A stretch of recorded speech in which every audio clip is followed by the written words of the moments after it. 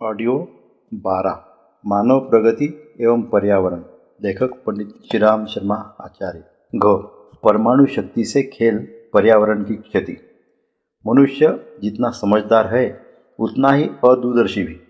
समझदार इसलिए कि प्रगति के लिए उसकी बुद्धि नित नए सरंजाम जुटा रही है। सुख सुविधाओं एवं साधनों के आविष्कार में वह पूरी तत्परता से लगी हुई है और इस प्रयास में उसे निरंतर सफलता मिलती जा रही है।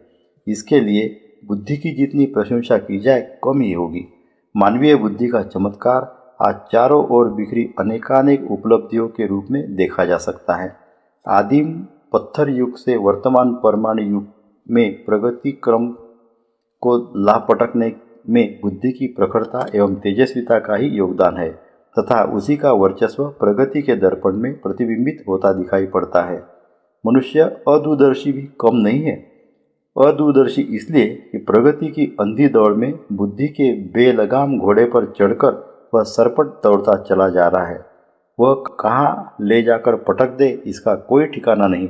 प्रगति की दौड़ के दूरवर्ती परिणामों की उपेक्षा अदूरदर्शिता का ही परिचायक है, जिसके कारण कितनी ही समस्याओं संकटों का सामना करना पड़ता है। पर्यावरण का असंतुलन, वातावरण की विषाक्तता की प्रस्तुत विभीषिकाएं मनुष्य की स्वयं की विनिर्मित है। इसमें एक सर्वाधिक खतरनाक कड़ी जुड़ी है रेडियो एक्टिव पदार्थों से सतत होते रहने वाले विकिरण की। शक्ति के प्रचंड स्रोत माने जाने वाले इन पदार्थों के संचय का उपयोग का प्रचलन विश्व में तेजी से बढ़ रहा है। फलस्वरूप उनसे निःसृत होने वाले विकिरण की विषाक्तता ने नए प्रकार के गंभीर संकटों को जन्म दिया है। पहले परमाणु विस्फोटों से होने वाले विकिरण को ही घातक माना गया था। अब जो तथ्य सामने आए हैं वे बताते हैं कि रेडियोधर्मी पदार्थों का उपयोग सृजनात्मक समझे जाने वाले कार्यों में भी निरापद नहीं है। अमेरिका के कैलिफोर्निया राज्य के सैन जॉकिन नामक गांव में होने वाली एक घटना ने उपर्युक्त तथ्य की ओर वैज्ञानिकों का ध्यान सबसे अधिक आकर्षित किया। 500 की आबादी का यह गांव एक ऐसी फैक्ट्री द्वारा बसाया गया है जिसमें पेस्टिसाइड, एक प्रकार की कीटकनाशक दवा जो वनस्पतियों पर छिड़कने के काम आती है, बनाने का काम होता है। ऑक्सीडेंटल केमिकल्स नामक इस कंपनी को स्थापित हुए लगभग 10 वर्ष हुए थे कि सन 1977 में अचानक गांव के निवासियों का ध्यान इस तथ्य की ओर गया कि क्या कारण है कि पिछले 7 वर्षों में गांव के किसी भी व्यक्ति के घर एक भी संतान की उत्पत्ति नहीं हुई। इस चर्चा ने जोर पकड़ा तथा विज्ञजनों का ध्यान आकर्षित किया। महिलाएं संतान न पैदा होने से अधिक परेशान थीं। उन्होंने पुरुषों को जांच करवाने के लिए उकसाया। चिकित्सकों के एक दल ने गांव के प्रत्येक व्यक्ति की डॉक्टरी परीक्षा की। परीक्षण के उपरांत जो निष्कर्ष सामने आया वह चौंकने वाला था। रिपोर्ट के अनुसार कंपनी में काम करने वाले पुरुषों में प्रजनन के लिए आवश्यक अंग से शुक्राणु उत्पत्ति का क्रम ही समाप्त हो गया था।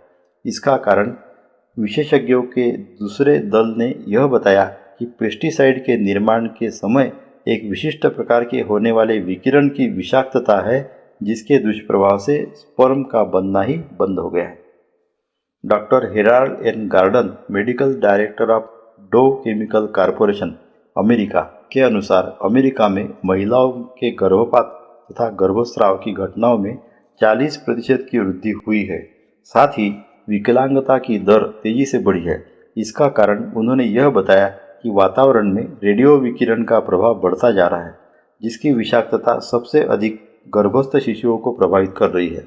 सामान्यतः गर्भस्राव और गर्भपात को विशेष चिंता की बात नहीं माना जाता, पर इन घटनाओं में तीव्रतम वृद्धि को आनुवंशिकी विशेषज्ञ गहरी चिंता का विषय मानने लगे हैं, क्योंकि अनुसंधान के उपरांत यह मालूम हुआ है कि उपर्युक्त प्रकार की घटनाओं में बढ़ोतरी का प्रमुख कारण जेनेटिक असंतुलन है। इलेक्ट्रॉन माइक्रोस्कोपों की सहायता से यह देखा गया है कि गर्भस्राव अथवा गर्भपात के प्रसंगों के समय किए गए परीक्षणों में कुल संख्या के 50% मामलों में क्रोमोसोम गुणसूत्र अथवा जीन्स का म्यूटेशन ही उपर्युक्त घटनाओं का प्रमुख कारण है। यह भी मालूम हुआ कि जेनेटिक म्यूटेशन का स्थायी दुष्प्रभाव गर्भस्थ शिशु पर बना रहता है, जो पीढ़ी दर पीढ़ी आनुवंशिक रोगों के रूप में चलता रहता है। आनुवंशिकी विशेषज्ञों के अनुसार जीन्स में ही मनुष्य के गुण, कर्म, स्वभाव की विशेषताएं सूक्ष्म रूप में सन्निहित होती है। सामान्यतः जीन की संरचना में हेरफेर करना कठिन पड़ता है। अब तक परिवर्तन के लिए जो प्रयास किए भी गए हैं वे सफल होते हुए भी अंततः मनुष्य के लिए हानिकारक सिद्ध हुए हैं। विशेषज्ञों का मत है कि रेडियो विकिरण जीन्स पर सर्वाधिक दुष्प्रभाव डालते हैं। यह कुप्रभाव विभिन्न प्रकार के गंभीर रोगों को जन्म देता है जो वंश परंपरा के अनुसार पीढ़ी दर पीढ़ी आगे बढ़ते हैं। हिरोशिमा तथा नागासाकी में परमाणु बम का विस्फोट हुए लगभग 6 दशक पूरे होने को है। भीषण नरसंहार से जो गिने चुने व्यक्ति बचे उनमें विकिरण के दुष्प्रभाव से हुए जेनेटिक पीढ़ी दर पीढ़ी चलते आ रहे हैं। आज भी जो बच्चे पैदा होते हैं उनमें से अधिकांश विकलांगता, अपंगता अथवा मानसिक विक्षिप्तता से ग्रस्त रहते हैं। यूएस नेशनल एकेडमी साइंसेस द्वारा प्रकाशित report biological effect of atomic radiation तथा UK medical research council London की पत्रिका में प्रकाशित शोध निबंध की hazards to man of nuclear and allied radiation के अनुसार प्रत्येक जीवित प्राणी की कोशिकाओं में अवशोषित रेडियो विकिरणों के फलस्वरूप जीन्स में म्यूटेशन होते हैं। यह म्यूटेशन वयस्क जर्म सेल की अपेक्षा अविकसित जर्म सेल में 10 गुना अधिक होता है तथा वयस्क व्यक्ति की तुलना में गर्भस्थ शिशु पर यह कुप्रभाव 15 गुना अधिक होता है। चिकित्सा प्रयोगों के लिए निरापद समझे जाने वाले रेडियो विकिरणों का भी घातक पक्ष इन दिनों सामने आया है। Journal of American medical association की रिपोर्ट के अनुसार अमेरिका में 82,000 डॉक्टरों की आयु मर्यादा सर्वेक्षण किया गया। इनकी औसत आयु 65.7 वर्ष पाई गई। इसके विपरीत उन डॉक्टरों की जो एक्सरे लेने रेडियोलॉजिस्ट का काम करते हैं औसत आयु 60.5 वर्ष आई, जो कि सामान्य की अपेक्षा 5.2 वर्ष कम थी। अर्थात एक्सरे के निरंतर संपर्क में रहने वाले डॉक्टर उसके घातक प्रभाव से अपनी 5 वर्ष से भी अधिक आयु गंवा बैठते हैं। अमेरिका के ही मेडिकल रिसर्च काउंसिल द्वारा ल्यूकेमिया रोग की रोकथाम के लिए गहन शोध कार्य किया गया।